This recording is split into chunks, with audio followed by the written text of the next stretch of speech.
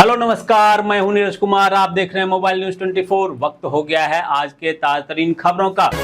Tamil Nadu BJP के पूर्व अध्यक्ष के अन्नामलाई ने मंगलवार को नई दिल्ली में बीजेपी के राष्ट्रीय अध्यक्ष नितिन नवीन और पार्टी के राष्ट्रीय महासचिव बीएल संतोष से मुलाकात की और 5 पन्नों का इस्तीफा सौंपा, जिसके बाद आज वे चेन्नई में अपने समर्थकों के साथ बैठक कर नई क्षेत्रीय राजनीतिक पार्टी शुरू करने पर चर्चा करेंगे। उनके सहयोगी बीजेपी से अलग विचारधारा वाले धर्मनिरपेक्ष तमिल प्रथम सोच वाली पार्टी बनाना चाहते हैं।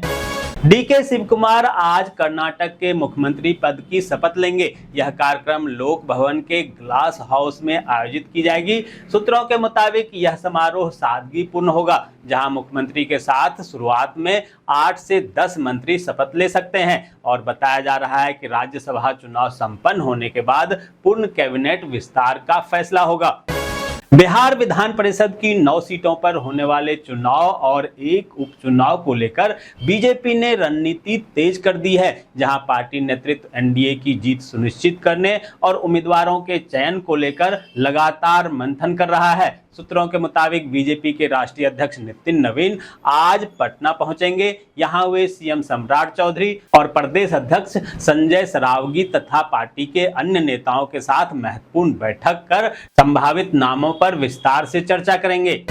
पश्चिम बंगाल सरकार की अन्नपूर्णा योजना के तहत पात्र महिलाओं को आर्थिक सहायता देने की प्रक्रिया आज से शुरू होने जा रही है, जहां सरकार द्वारा 1 जून से लागू की गई योजना के तहत लाभार्थी महिलाओं के बैंक खातों में 3,000 रुपए की पहली किस्त ट्रांसफर की जाएगी। योजना का उद्देश्य महिलाओं को आर्थिक रूप से सशक्त बनाना और नियमित वित्तीय सहायता उपलब्ध कराना है।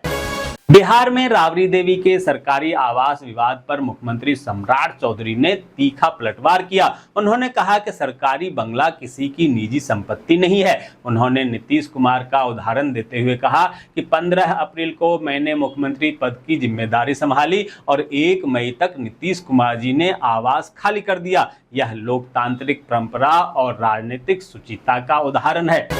दोस्तों, आगे बढ़ने से पहले आपसे रिक्वेस्ट है कि अगर आपने अभी तक इस न्यूज़ को लाइक और कमेंट नहीं किया है तो प्लीज़ लाइक और कमेंट कर दीजिए, क्योंकि आपके लाइक और कमेंट से हमारा उत्साह उत्सर्जित होता है। यूपी के सीएम योगी आदित्यनाथ ने कुशीनगर में 424 करोड़ की परियोजनाओं का लोकार्पण करते हुए कहा कि अब यूपी में कट्टा बम नहीं मिसाइल बनती है, जिससे दुश्मन देश बाप बाप करता है। अब दूध का प्लास्टिक पैक पर्यावरण को नहीं करेगा प्रदूषित। मदर डेयरी ने लगाया देश का पहला मिट्टी में घुलने वाला मिल्क पाउच। अमृतसर में ऑपरेशन ब्लू स्टार की बरसी को लेकर जिला प्रशासन और पुलिस विभाग पूरी तरह से सतर्क हो गया है। 6 जून को होने वाले कार्यक्रम और बड़ी संख्या में श्रद्धालुओं और कट्टरपंथियों के अमृतसर पहुंचने की संभावना के मद्देनजर पूरे शहर में सुरक्षा व्यवस्था अभेद बनाया गया है। उत्तराखंड के ऋषिकेश में अखिल भारतीय महापौर परिषद का 2 दिवसीय राष्ट्रीय सम्मेलन कल से शुरू हो गया, जिसकी अध्यक्षता हरियाणा के करनाल की महापौर रेणु बाला गुप्ता ने की। देहरादून में सरकारी भूमि पर बने अवैध मजार को ध्वस्त कर दिया गया, जहां प्रशासन अब अतिक्रमण विरोधी अभियान को जीरो टॉलरेंस की तरह काम कर रही है। सीबीआई ने झारखंड के गोड्डा स्थित एसबीआई की डुमरिया शाखा के प्रबंधक रोहित कुमार सिंह को 77,000 रुपए रिश्वत लेते गिरफ्तार किया। यह रिश्वत शिकायतकर्ता की दिवंगत मां की बीमा और खाते की राशि के स्थानांतरण के एवज में मांगी गई थी। पश्चिम बंगाल में तृणमूल कांग्रेस नेता प्रतिपक्ष की नियुक्ति को लेकर बड़े आंतरिक कलह का सामना कर रही है, जिसमें विधायकों का एक बागी गुट निष्कासित नेता ऋतुव्रत बनर्जी का समर्थन कर रहा है, जहां टीएमसी 2 फार होती दिख रही है। मध्य प्रदेश के शहडोल ब्योहारी तहसील कार्यालय में लोकायुक्त ने सहायक खंड लेखपाल लल्लू प्रजापति को 75,000 रुपए की रिश्वत लेते रंगे हाथों गिरफ्तार किया। यह कार्रवाई सरकारी आवास से जुड़े मामले में रिश्वत मांगने की शिकायत पर की गई।